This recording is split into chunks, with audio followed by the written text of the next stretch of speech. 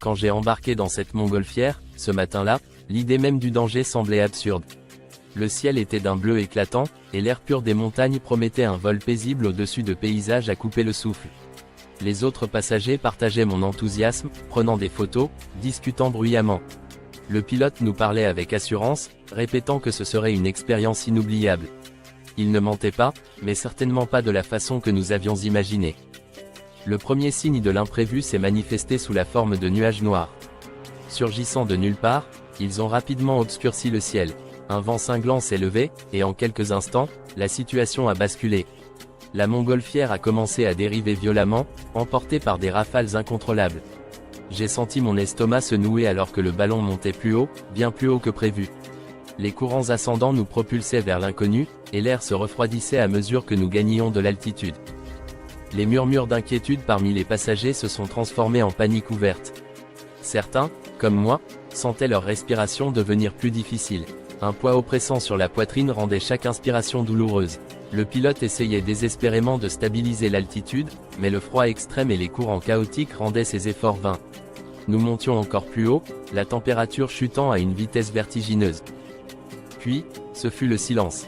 Les systèmes de communication, que le pilote utilisait pour nous rassurer, s'éteignirent soudainement, comme s'il avait été englouti par la tempête. Coupés du monde, nous flottions dans un silence presque surréaliste, si ce n'était pour le sifflement du vent et le ronronnement incertain du brûleur. La solitude glaciale s'est abattue sur nous, avec ce terrible sentiment d'isolement. Le froid intense s'est infiltré dans nos os, gelant même les équipements essentiels. Le régulateur de la flamme du brûleur commençait à grincer, chaque tentative de l'activer devenant de plus en plus difficile. Nous avons dû nous relayer, à bout de force, pour essayer de le réchauffer avec des couvertures. Les doigts s'engourdissaient malgré les gants, et chaque minute qui passait nous éloignait un peu plus de la possibilité de revenir au sol. La flamme du brûleur vacillait dangereusement, tantôt s'éteignant presque, tantôt crépitant comme pour se raviver une dernière fois. Le pilote n'avait d'autre choix que d'augmenter la consommation de carburant pour tenter de maintenir l'altitude.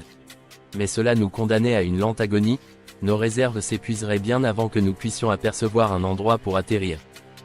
L'altitude continuait à grimper, et l'oxygène à se raréfier. Les premières pertes de conscience se produisirent. Je luttais pour rester éveillé, les maux de tête devenant plus intenses, mon esprit se perdant dans une brume de confusion. Autour de moi, d'autres passagers s'évanouissaient à tour de rôle, tandis que ceux qui restaient conscients affichaient des visages tirés et gris, marqués par la souffrance. Un éclat de lumière et une odeur de brûlé ont soudainement empli l'air, un court-circuit avait déclenché un début d'incendie dans le panier. Les flammes léchaient les bords de la nacelle, menaçant de consumer les quelques provisions que nous avions réussi à sauver. D'un geste désespéré, j'ai attrapé ma veste trempée de condensation et je l'ai jetée sur le feu. Nous avons réussi à éteindre les flammes, mais la peur s'était installée plus profondément encore. Tentant de descendre pour échapper à l'altitude mortelle, nous avons été repoussés sans cesse par les vents, qui rendaient toute manœuvre hasardeuse. La montgolfière dérivait toujours plus loin, vers des territoires inconnus. Le froid continuait de mordre nos chairs, et le carburant s'amenuisait à vue d'œil. Chaque goutte comptait, et nous savions qu'il ne nous en restait que très peu. Lorsque le brûleur s'est finalement arrêté, j'ai senti la montgolfière basculer dangereusement. Le pilote, tremblant de fatigue, a tenté plusieurs réparations, luttant pour relancer la flamme. Chaque seconde était une seconde de trop, la terreur nous gagnait. Quand il y est enfin parvenu, ce fut avec une flamme si faible que je me demandais combien de temps elle tiendrait encore. En dessous, un glacier s'étendait à perte de vue. Le sol semblait à portée de main, mais un vent capricieux nous éloignait de la possibilité de nous poser en douceur. Le pilote nous ordonna de nous débarrasser de tout poids superflu, et nous avons sacrifié sacs de sable, provisions et tout objet non essentiel. Le panier se vidait, et chaque objet perdu nous rapprochait de la survie, mais nous privait d'un précieux soutien. Alors que nous survolions une crête, une brusque rafale fit chavirer la montgolfière, et le bruit des brûleurs provoqua une avalanche en contrebas.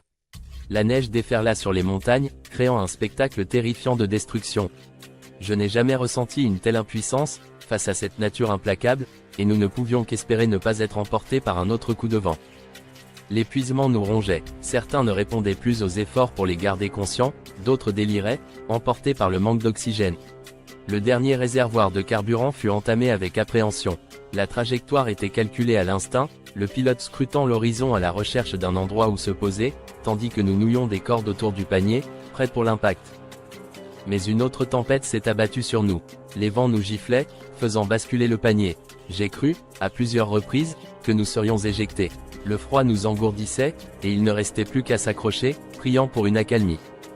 Lorsque le pilote prit la décision d'atterrir sur un plateau rocheux, je ne m'attendais pas au choc brutal qui suivit.